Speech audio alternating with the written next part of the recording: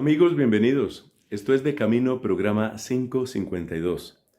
Nuestra vertiente 5 es la que tiene que ver con preguntas y respuestas, y no cabe duda de que es la vertiente que más se mueve precisamente por el dinamismo que ustedes le traen.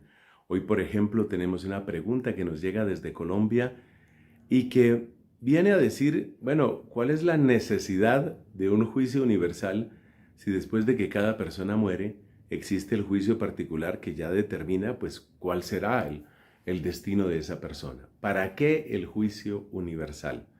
Una pregunta audaz, una pregunta inesperada, pero también una pregunta muy oportuna, concretamente en el momento en el que se emite este programa, porque estamos en el mes de noviembre, mes que precisamente nos invita a recordar a nuestros difuntos.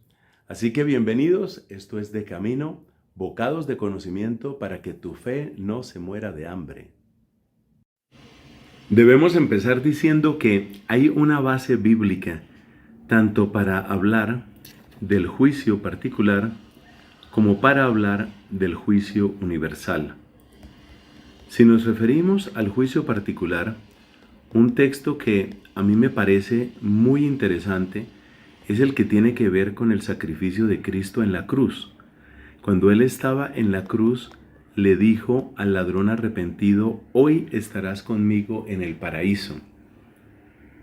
De tal manera que la recompensa por ese acto precioso de fe del ladrón arrepentido, pues no tiene que esperar más tiempo. Además es muy lógico si nosotros pensamos que al llegar el final de nuestra vida, no hay otra posibilidad sino encontrarnos con la verdad de Cristo. Podemos decir que el juicio particular en el fondo consiste en eso. Es el encuentro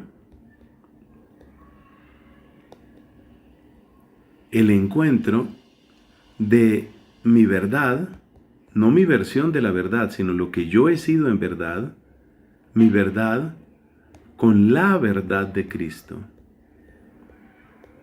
Quiero insistir en que mi verdad no significa lo que yo digo de mí o la explicación o la justificación que yo pongo sobre mí, sino mi verdad significa lo que yo he sido en realidad, la verdad, la realidad de lo que yo he sido.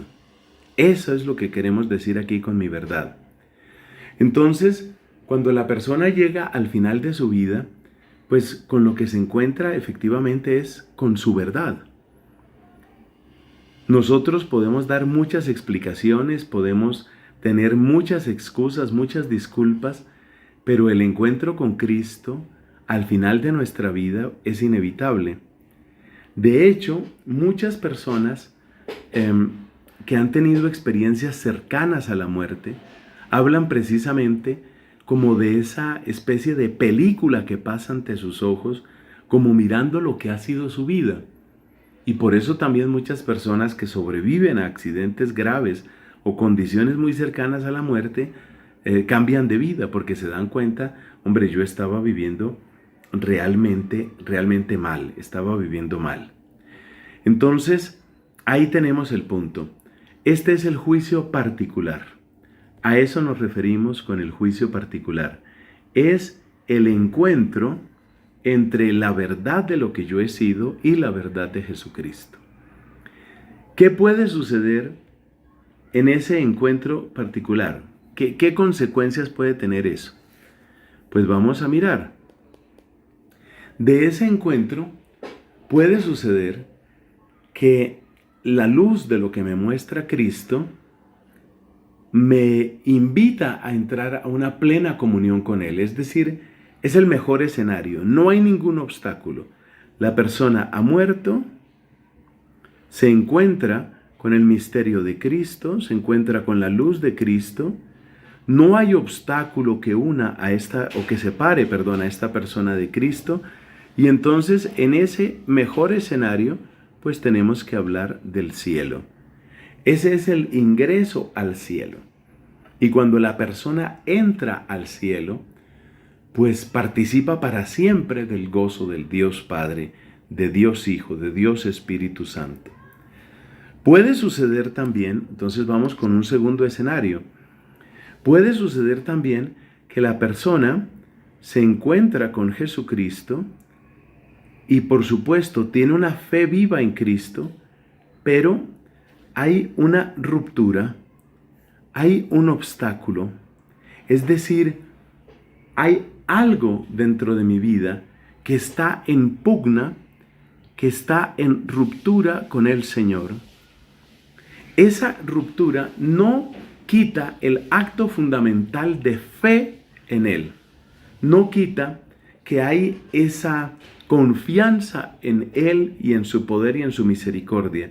Pero sí ha habido egoísmo o mediocridad o impureza. Y sabemos que hay una frase muy importante de la Biblia que dice, nada impuro ni manchado entra en el cielo, ¿no? Nada impuro ni manchado. Entonces, quiere decir que esta persona requiere una purificación y ese es el caso en el que hablamos del purgatorio. Pero claramente, la persona que va al purgatorio, la persona que pasa por esa purificación, está frente a una situación temporal y sabe que de ese purgatorio, pues está llamado a participar igualmente de la gloria del cielo. Esto está fuera de discusión para esta persona. Es verdad que hubo un pequeño rompimiento, pero ese rompimiento no impide que la persona tenga el reinado de Dios, digamos, como opción fundamental, como opción básica de su vida. El peor escenario que puede presentarse es la persona que está realmente en pugna, en rechazo a Dios. Esta persona que está en rechazo a la persona de Jesucristo, porque odia la fe, ¿sí? Tenemos casos que no sabemos si se han condenado, pero que a uno le preocupan mucho. Hace poco en uno de estos programas de Camino nos referíamos a la situación de Christopher Hitchens, que murió de un cáncer en el esófago. Y él decía, cuando la enfermedad empezó a agravarse y agravarse, él decía, miren, si en algún momento yo termino invocando a Dios, no se dejen engañar. Eso es mi cerebro que ya está arruinado. Pero yo no creo en Dios y yo jamás voy a creer en Dios y yo rechazo a Dios. Y no tomen por cierta ninguna profesión de fe que yo llegare a hacer en medio de mi enfermedad. Es decir, esta persona auténticamente está rechazando a Jesucristo. Y por supuesto, como dijo alguien, Dios no obliga a nadie a su cielo. Las personas que dicen que no, que todo el mundo se va a salvar, que todo el mundo se tiene que salvar, en el fondo lo que están diciendo es que Cristo tendría que obligar a estas personas a entrar en la gloria. Y eso no es cierto. Entonces aquí estamos en el peor escenario y ese peor escenario se llama el infierno. Si ha sucedido esto, a quiénes le ha sucedido, no lo sabemos. No nos corresponde a nosotros tomar esa decisión. No nos corresponde a nosotros decir tal persona se condenó o no se condenó. Eso no está en nuestra capacidad. Eso no está en nuestro fuero. Lo que debemos tener presente es que en el juicio particular, porque estamos hablando del juicio particular, en este juicio particular, ya lo que puede suceder es el ingreso al cielo, el paso por el purgatorio rumbo al cielo, o Dios nos libre, el rechazo total, que es el rechazo propio del infierno. Bueno, queda claro eso, pero ahora viene la pregunta, y entonces, ¿por qué juicio universal? Como dije al principio, ese juicio universal tiene la base plenamente bíblica. Si nosotros leemos, por ejemplo, en Mateo capítulo 25, se habla de cómo al final, cuando Cristo se siente en su trono, digamos en la consumación misma de la historia, ¿Qué va a suceder? Se reunirán todas las naciones. También el libro del Apocalipsis tiene varios pasajes en los que se menciona esa presencia de todas las naciones. La idea central del juicio universal es que todo debe comparecer ante Dios. Todo debe comparecer ante Dios. ¿Y cuál es la diferencia entonces con el juicio particular? Pues mira, lo que sucede es que el juicio particular mira las acciones de la persona, eso incluye la intención de su voluntad, pero el juicio particular, y yo diría que esta es la esencia de nuestra respuesta, el juicio particular no toma en consideración todas las consecuencias.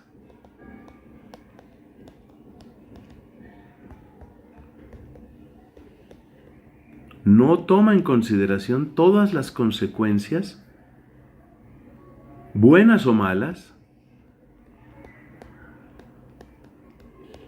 de nuestras acciones. Ese es el punto. Es decir, las consecuencias de mis acciones no se limitan al espacio de mi vida. Pensemos, por ejemplo, una buena profesora. Hablemos de eso. Una buena docente, una mujer que le hizo mucho bien a sus estudiantes. Esta buena profesora muere, pero el fruto de sus acciones se prolonga en esos estudiantes.